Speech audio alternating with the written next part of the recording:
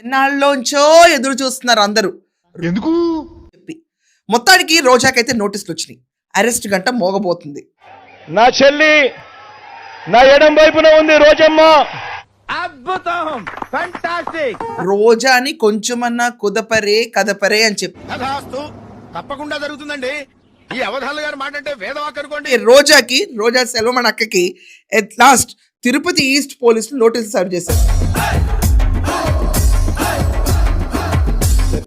నోటీసులు తీసుకుంటే చాలా నవ్వుతా తీసుకుంటుందండి. అదేంటో విచిత్రంగా అనిపించింది నాకు.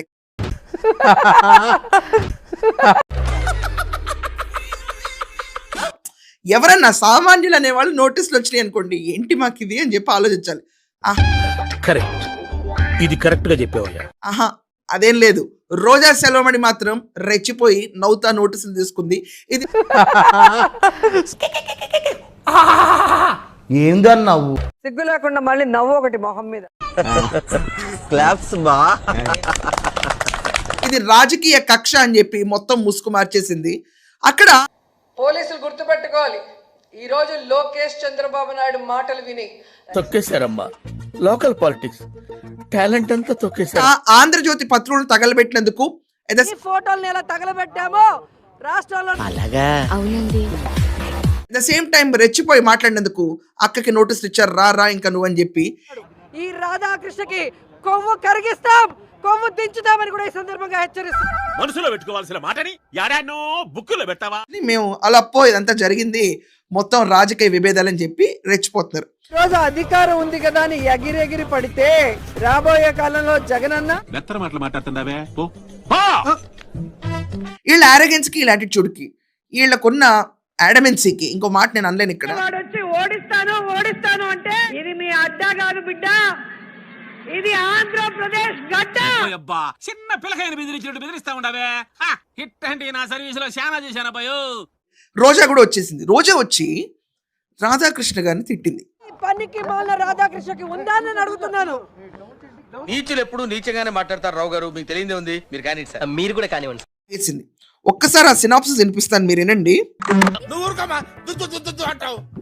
బ్రోకరిజం తోనే బ్రతుకుతున్న రాధాకృష్ణ అంటే ఏంటే నన్ను వెళ్ళి బోకరేజం చేయమంటా ఒక డొక్కు సైకిల్ మీద వచ్చిన రాధాకృష్ణ ఈ రోజు 1000 కోట్లకి ఎదిగాడు అంటే ఆ మాట నువ్వు చెప్పకూడదు.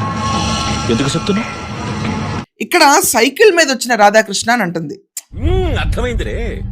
జగన్మోహన్ రెడ్డి రాజశేఖర్ రెడ్డి ఎన్నికలకు రాకముందు దేనిపైన వచ్చాడు?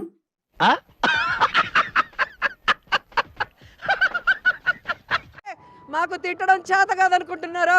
మాకు సంస్కారం అడ్డొస్తుంది కాబట్టి. ఎయిటర్ ఒకసారి సంస్కారం ఉన్న లేడీకి ఒకసారి ఆవిడ ఏం మాట్లాడిందంటే 2 టైం కన్జ్యూమ్ చేయకుండా ఇవ్వాల్సిన కోడి చికెన్ షాప్ ముందుకు పోయి తొడగొడితే ఏమో ఏదో ఫ్లోలో చెప్పేశారు కాబట్టి చదువుకున్న వాళ్ళం, విలువలు తెలిసిన వాళ్ళం కాబట్టి ఎవడో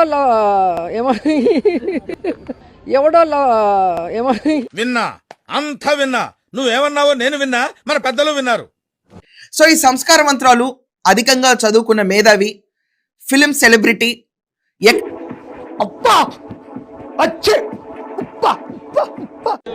బాగుందనా?